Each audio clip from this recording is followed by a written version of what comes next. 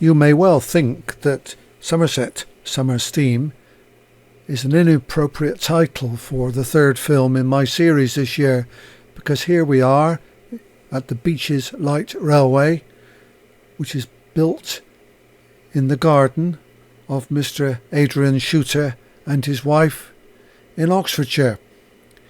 And they have built a replica of an Indian narrow gauge railway on which they operate a genuine Indian Class B locomotive, which was built in 1899 and delivered new to the railway at that time. And here she comes.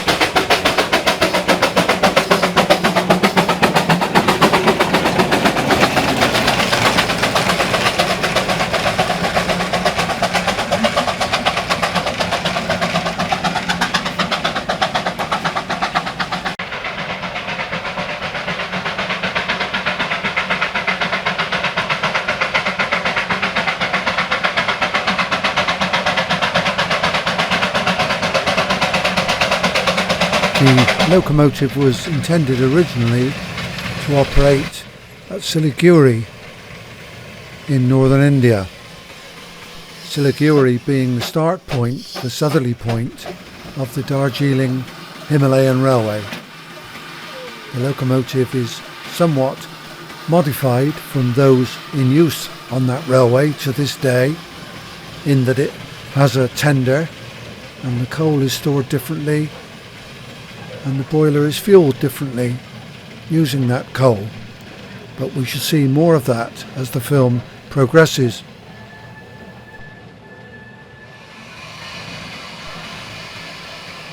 The locomotive brings her train to rest in front of the station, which is a replica of an Indian provincial station on the Darjeeling line called Winking Pong Road, a name chosen by Mr. Shooter, and a reflection, I guess, of his sense of humour. Mr. Shooter is there supervising operations as the locomotive is coupled to the two beautiful replica coaches which are used on this train.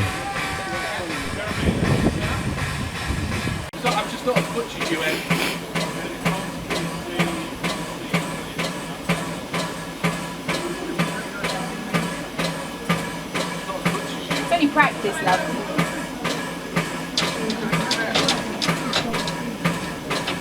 The visit to Mr. Shooter's railway was organised through the good auspices of the Darjeeling Himalayan Railway Society, and to give you some idea of the engines in use, here is film of a Class 8 locomotive at Groom in November last year. You'll notice that the coal is held in front of the cab and delivered to the fireman down the chute. There's no tender, therefore, for the coal storage, and the engine is therefore noticeably shorter. But in all other respects, it looks very, very similar.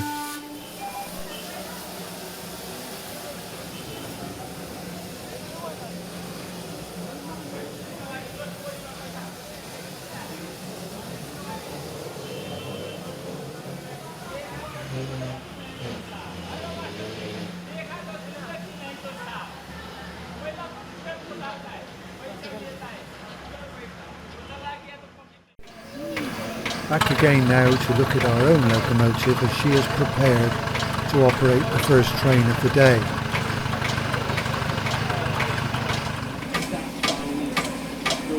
The build dates of the locomotive, the restoration dates and the final in-service date of 2004 is indicated on the plates on the side of the cab there.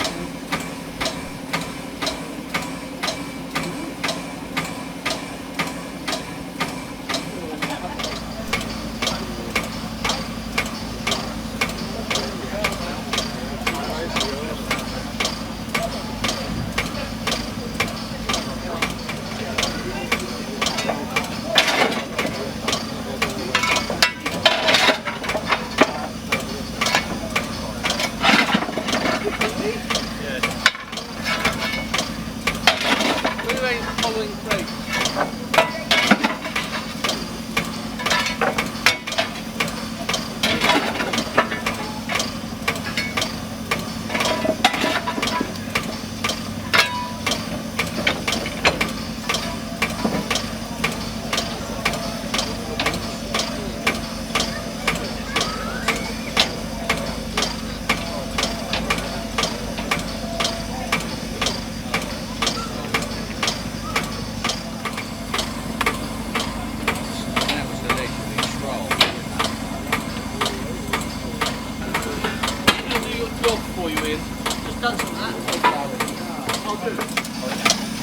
Honestly, mate, a mate of mine told me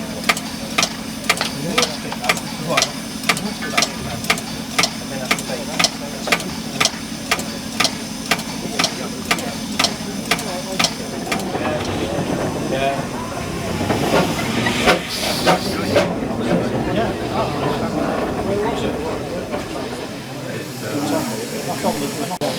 Our locomotive moves her train forward to the station platform where she will pick up her first contingent of customers in the beautifully constructed replica coaches, which are very, very faithful replica of the originals, albeit in much better condition.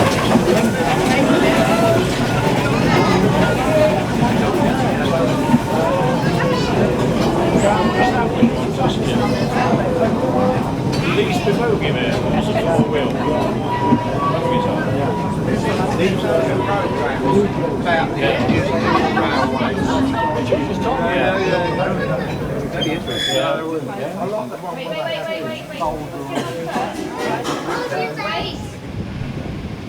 And here she delivers those same passengers in the bottom loop of the figure of 8 layout track, with a beautiful associated motorways coach there in the foreground, road going coach that is. It sweeps round and starts quite a hard climb towards the top of the garden.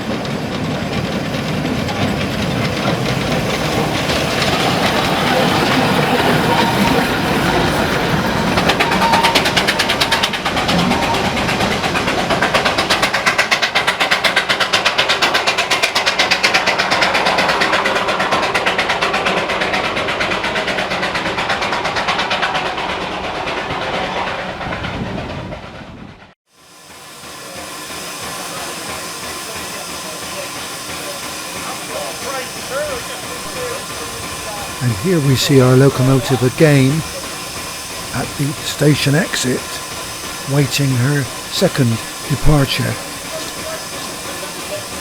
The vantage points for photography are many and varied and extremely intimate. Care is necessary.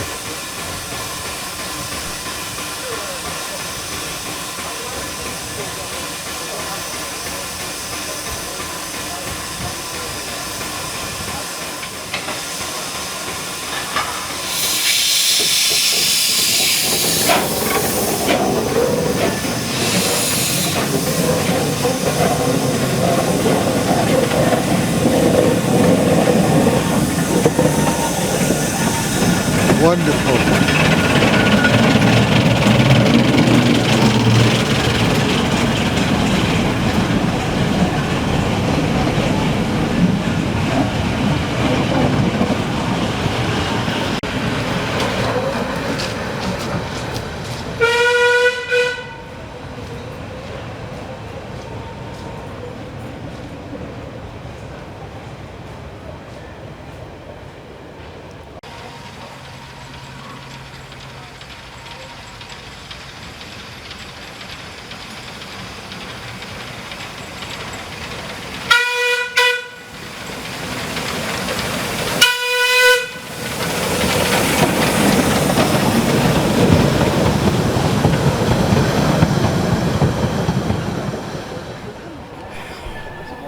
This is a replica of a track inspection vehicle based on a Model T Ford and is therefore of American origin, or at least the prototype would be American. She fitted in very well in the surroundings as our train goes by in the background.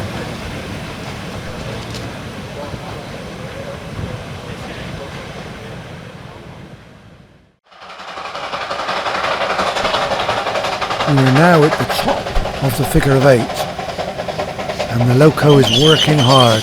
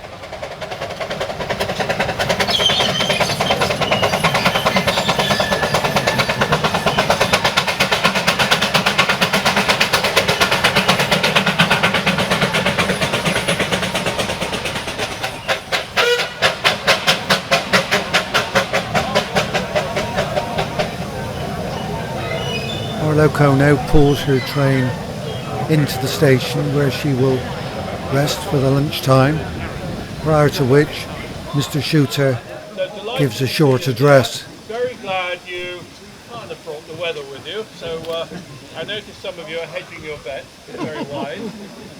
Let me just explain what's going to go on this afternoon. In about 10 minutes, lunch will be available up there. See them setting it up. Now it will take a little bit of time to serve everybody, so whilst that's happening this train won't be running.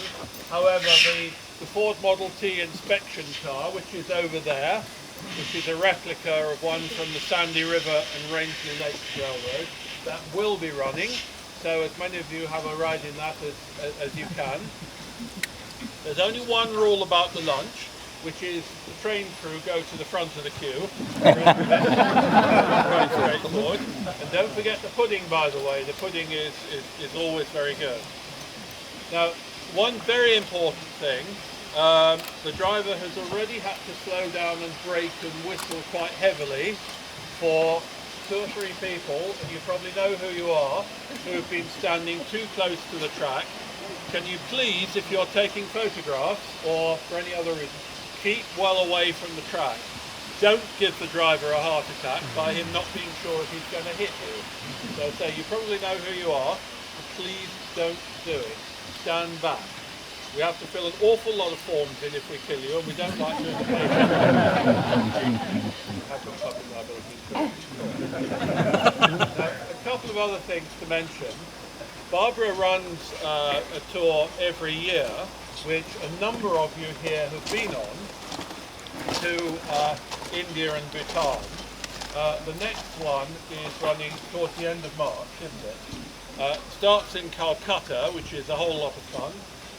We then go overnight by sleeper to the foothills of the Himalayas. We travel on the Darjeeling and Himalayan Railway, the real one, not the replica one, up to Darjeeling. We stay in the Windermere Hotel, which is our favourite hotel in the whole world, and we then carry on through to Bhutan and have 2 weeks in Bhutan, which is the most amazing and fantastic place. Now, Barbara is there most of the afternoon serving you the teas and the coffees and the drinks. She has some brochures. If you're interested, please do come and ask her. Now, the second thing is, I have a visual aid to my right, which is called Richard Harper. You can't miss him, can you? Look at his picture. Richard, give me your book, please. There we go. Richard is one of 2 authors of a fantastic book which is being published this week. It was launched on Thursday. And it's here for sale, and it's not very often you get the opportunity to do several things. One is to buy a book from the actual author, and if you bribe him, he'll probably autograph it for you. Secondly, you don't very often get the opportunity to buy the history of a railway company from start to finish, literally from start to finish. Because if you think about it, most railway histories are written by people who sit in libraries going through dusty volumes and reading board minutes and things. Well, this book actually comes live, because Richard was involved in it right from the very start, before we even started running the company, and he was also the project manager, helping me close it down at the end, which we didn't want to do, but we had to do because it wasn't making money. Further than that, there's another unique thing about this book, because you don't very often buy books about any company where there's a photograph of every single employee and anecdotes, because it was the employees that really made the company the success it was. Unfortunately not successful enough. So Richard has got books. He's over there in that black car up there. I've set him a target for selling at least 50 books today, and I'm sure that you're going to help him achieve it. They are. Thank you very much. So in now about 6 or 7 minutes, lunch will be up there. This train isn't going anywhere until after lunch. If you haven't already been to look, please do go down the side there. You can look in the engine shed, but you can also go round to the left and you can look in the carriage shed, and you'll see that we've got quite a lot of interesting pieces of rolling stock and other things there as well. But do remember what I've said, please don't get mowed down by the train. Thank you very much. And he's given a suitable vote of thanks at the end.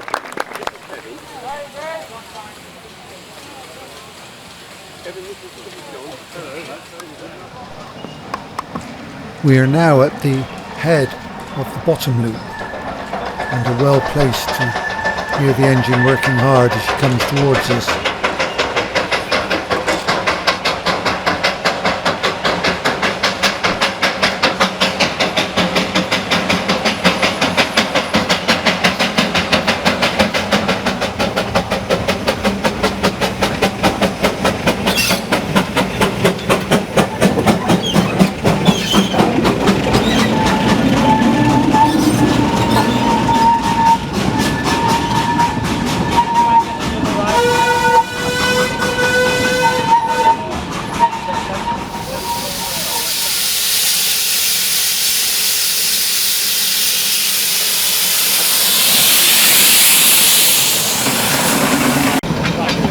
In the same location, we now see her coming from the other direction.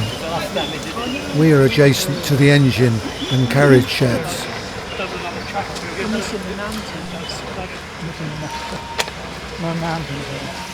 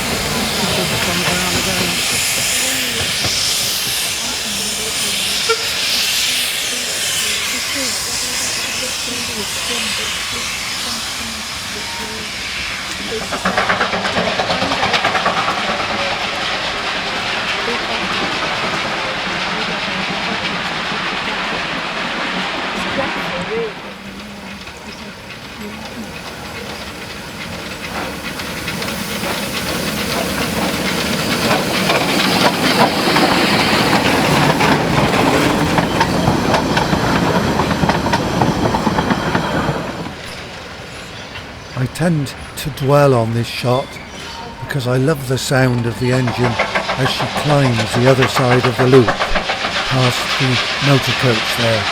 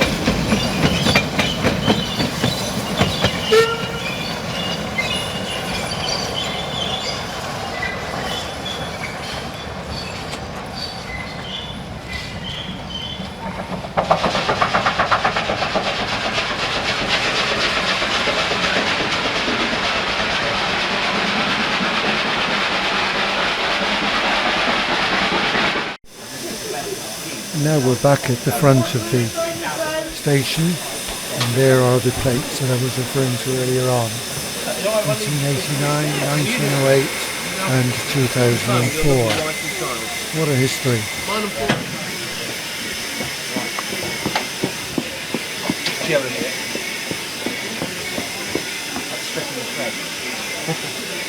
That's usually with these. You put these ones on now. Yeah. The thing is, you've made a great deal about it. Oh, you set a trap for me, have you?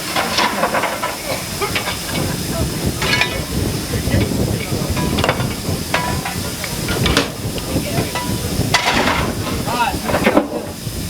Normally by this thing.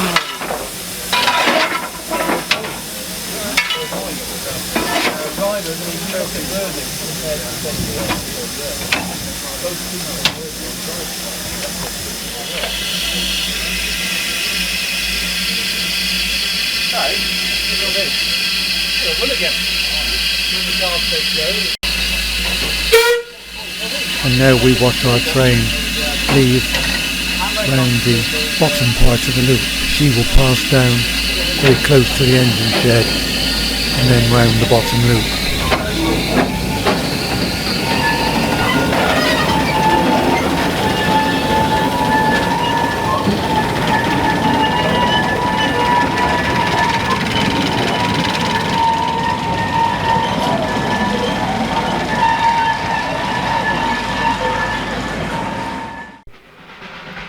We are now on the other side of the circuit, watching her coming up the slope from the bottom of the loop, past the motor coach, up through the trees. More or less where we started our filming at the beginning of the day.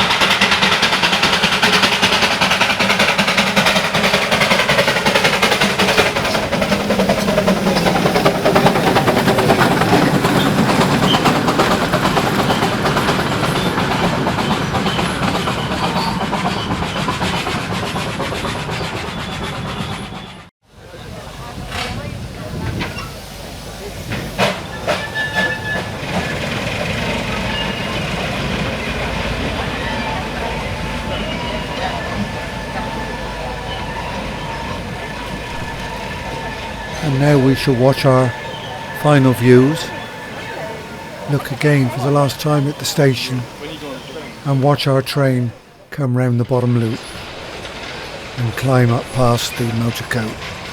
The end of a wonderful day.